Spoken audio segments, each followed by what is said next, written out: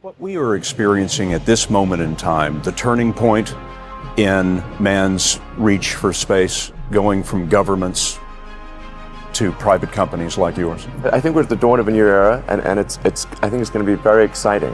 What we're hoping to do with SpaceX is to push the envelope and provide a reason for people to be excited and inspired to be human. I went to Russia to look at buying a refurbished ICBM, which is a very trippy experience. It was very bizarre. And when I tell people that, they're like, what? It'll get people really excited, and that would recharge human space exploration. That was my original idea. You just wanted to get people interested in space again? Yes, yes. Capture the imagination? Yes, that was the idea.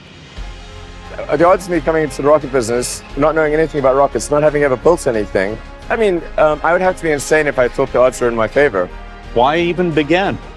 When something is important enough, you do it even though the odds are not in your favor. How much of your personal fortune have you poured into this? $100 million. $100 million into something that you did not believe would work at the beginning. Yes. I think it's important that humanity become a multi-planet species.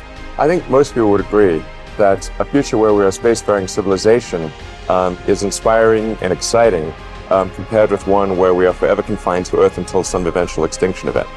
Yeah, that's really why I started SpaceX. How did you get the expertise to be the chief technology officer of a rocket ship company? I do have a physics background. That's helpful as a foundation. And then I read a lot of books and talked to a lot of smart people. You're self-taught? Yeah.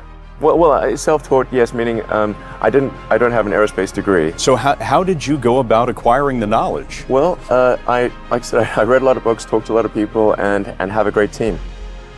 When you had that third failure in a row, did you think, I need to pack this in? Never. Why not? I don't ever give up.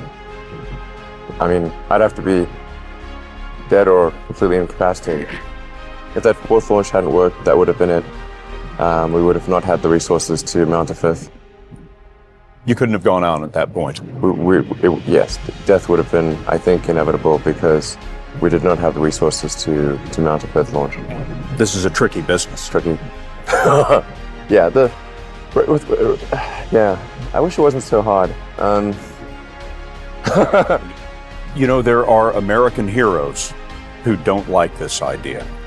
Neil Armstrong, Gene Cernan have both testified against commercial spaceflight in the way that you're developing it, and I wonder what you think of that.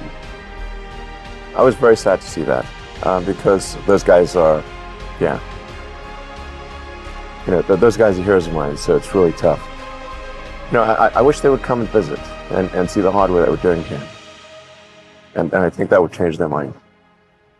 They inspired you to do this, didn't they? Yes.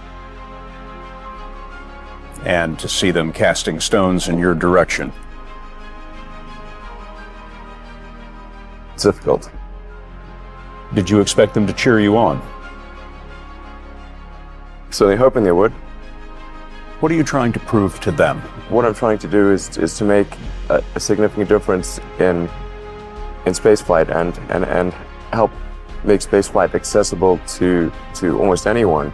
And I would hope for as much support in that direction as we can. And then just work like hell. I mean, you just have to put in, 80 to 100 hour weeks every week. And then That's a lot of work. All those things improve the odds of success. If other people are putting in 40-hour work weeks and you're putting in 100-hour work weeks, then even if you're doing the same thing, you know that in 1 year you will achieve what they achieve. You will achieve in 4 months what it takes them a year to achieve.